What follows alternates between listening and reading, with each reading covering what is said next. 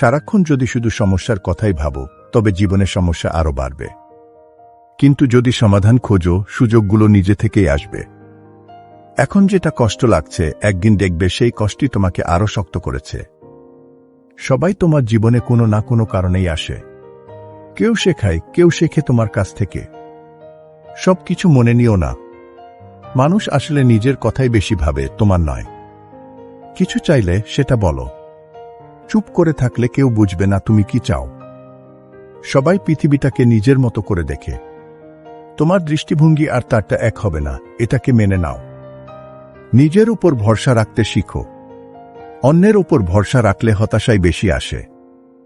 নতুন কিছু করতে ভয় পেও না। চেষ্টা না করলে জানবেই না তুমি কতটা পারো।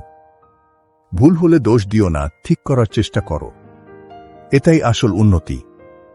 নিজেকে ভালোবাসতে হলে তোমার অতীতটাকেও মেনে নিতে হবে। কারণ যা কিছু ঘটেছে সবই তোমাকে আজকের তুমি বানিয়েছে। জীবন বদলায় যখন তুমি অভিযোগ না করে শেখা শুরু করো।